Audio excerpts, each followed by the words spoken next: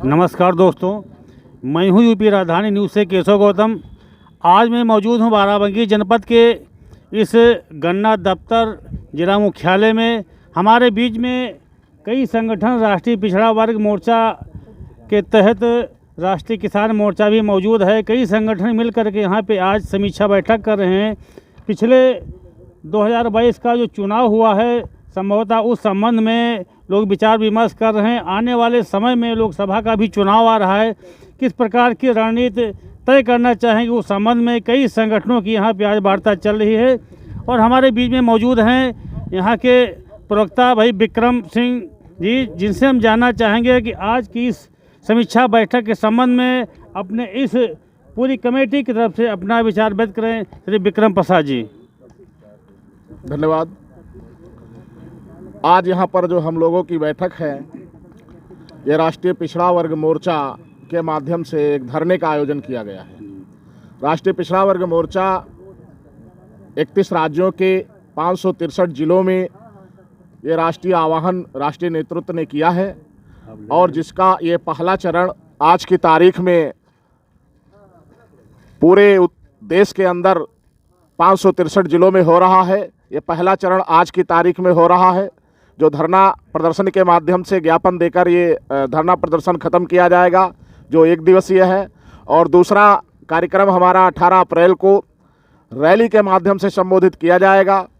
उसके बाद हम लोग तीसरा जो हमारा चरण है वो 25 मई 2022 को पूरे देश में एक साथ राष्ट्रीय आह्वान के तहत जो है भारत बंद का ऐलान हुआ है, जिसे हम लोग बड़े पैमाने पर कोशिश करके उसे सफल बनाने का प्रयास करेंगे। तो उसी कड़ी का जो पहला ये कार्यक्रम है, तो इसके बहुत सारे बिंदु हैं। बहुत सारे बिंदु क्या है कि इस देश के अंदर जो शासक जाति की सरकारें हैं, वो ईवीएम की नाजायज़ पैदाइश की गई सरकारें हैं। वो नाजायज़ तरीके से घोटालाबाजी करके ईवीएम मशीन में फिक्सिंग करके सरकारें बनाने का काम करते हैं। उसके अलावा इस देश में बहुत सारी समस्याएं शासक जाति ने निर्माण किया हुआ है। जिस प्रकार से इस देश के अंदर अगर शासक जाति ने जाति निर्माण किया है तो फिर जाति आधारित जनगणना नहीं कराती है। ये अहम मुद्दा हम लोगों ने रखा है। दूसरे नंबर का कि पूरे देश में 1931 में अंग्रेज़ों ने हमको गिना था, हम 52% थे। आज की तारीख में हम 52 से ज़्यादा लगभग 60% के आसपास है, लेकिन हम लोगों की गिनती इस देश में नहीं की जा रही है। इसके साथ साथ बहुत सारे मुद्दे हमारे इस एजेंडे में, हमारे मांग पत्र में लिखे गए हैं, जिन मुद्दों को लेकर हम लोग आने वाले समय में बड़े पैमाने पर आंदोलन निर्माण करना चाहते हैं। मुद्दों को संक्षिप्त में बताने का जो हमारा मुद्दा ईवीएम का मुद्दा है, इसके बारे में बहुत बड़ा इतिहास है। जैसा कि मैं आपको बताना चाहता हूं कि इस देश के अंदर इंदिरा गांधी जब प्रधानमंत्री हुआ करती थी तो 1981 में उन्होंने मशीन की मांग किया था और 1982 में इस देश के अंदर पहला चुनाव हुआ ईवीएम मशीन से केरला में।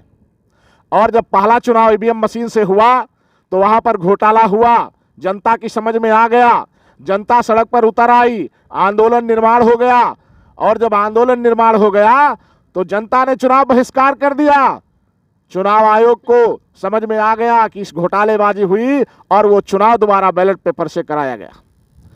इसके बाद इस देश के अंदर 84 की सरकार जो कांग्रेस की बनी बहुमत से, इंदिरा गांधी के मरने की वजह से, उसके अलावा इस देश में कोई सरकार बहुमत से नहीं बनी लोकसभा की।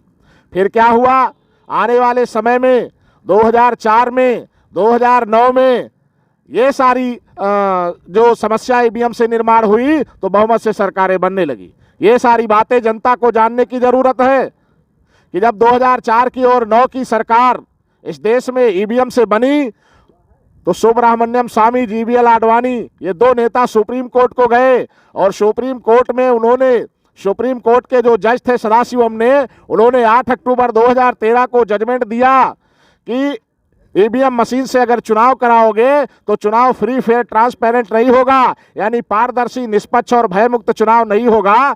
तो क्या कराना होगा, तो वीवीपैट लगाना होगा। तो ये बातें समाज में ना जाएं।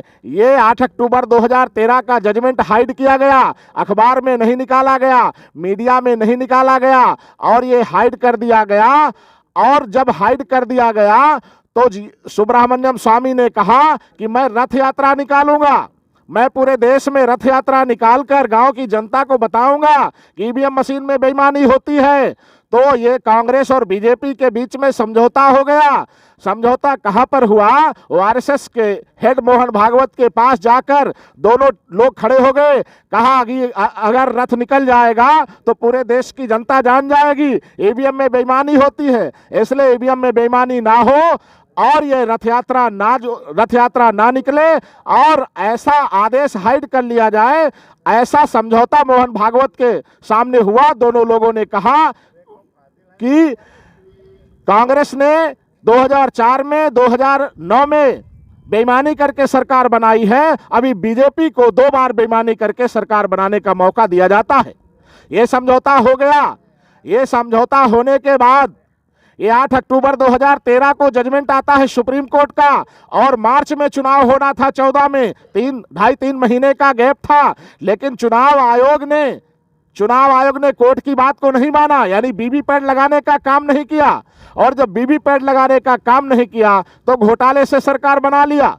और जब घोटाले से सरकार बनाई गई तो हम लोग उसके पीछे पड़ गए चुनाव आयोग के। तो हम लोगों ने जिस कंपनी की मशीन लाकर चुनाव आयोग ने चुनाव कंडक्ट कराया, तो उस प्रोडक्ट का जो मालिक था उस कंपनी को हम लोगों ने लिखा कि तुमने चुनाव मैदान में कितनी मशीन चुनाव आयोग को दिया है। तो चुनाव आयोग, उस कंपनी ने बताया, मैंने 40 लाख मशीनें चुनाव आयोग को चुनाव कंडक्ट कराने के लिए दिया है। इससे पहले हम लोगों ने चुनाव आयोग से पूछा था कि आपने कितनी मशीन चुनाव कंडक्ट कराने के लिए लिया है, तो चुनाव आयोग ने बताया था हमने 20 लाख मशीनें लिया है चुनाव कंडक्ट कराने के लिए, और वो कंपनी बताती हमने 40 लाख मशीनें दिया है। यानी इसके पीछे जो राज था कि 20 लाख मशीनें चुनाव मैदान में थी और 20 लाख मशीनें सड़क पर दौड़ रही थी, गाड़ियों में दौड़ रही थी। ये सारा मामला वायरल हो रहा था सोशल मीडिया पर। इस प्रकार से घोटालेबाजी करके सरकार बनाई गई। और जब 2019 की सरकार बनी तो सुप्रीम कोर्ट से 2017 में जजमेंट आया वामन मेश्राम के पक्ष में कि 100% वीवीपैट लगाना होगा। तो वीवीपैट जब सरकार ने, चुनाव आयोग ने लगाया, तो वीवीपैट लगाने के पीछे भी सुप्रीम कोर्ट ने जो जजमेंट दिया उसमें क्रीमी लेयर लगा दिया। जजमेंट में क्रीमी लेयर ये लगा दिया कि वीवीपैट लगाने के बाद वीवीपैट की अगर गिनती होगी तो गिनती कौन करा सकता है? जो रनर प्रत्याशी होगा। जो रनर प्रत्याशी होगा वो गिनती करा सकता है। किसी एक लोकसभा की, किसी एक विधानसभा की गिनती नहीं हो सकती है, कुछ नामित बूथों की गिनती हो सकती है।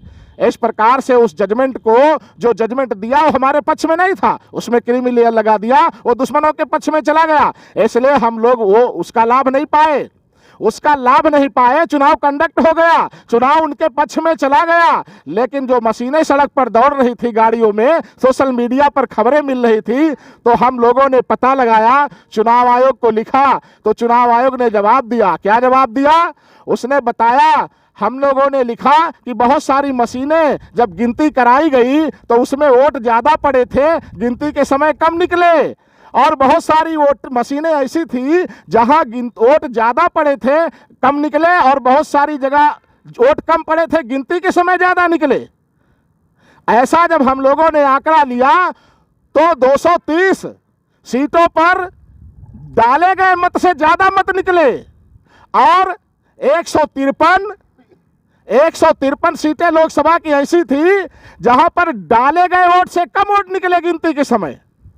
यानी जितना वोट डाला गया उससे कम निकले। यानी 273 सीटों पर, लोकसभा में 273 सीटों पर चुनाव आयोग ने फिक्सिंग करके बीजेपी की सरकार 2019 में बनवा दिया। इन्हीं बातों के साथ हम अपनी बात को विराम करेंगे। जय मूल निवासी, जय भारत, जय संविधान।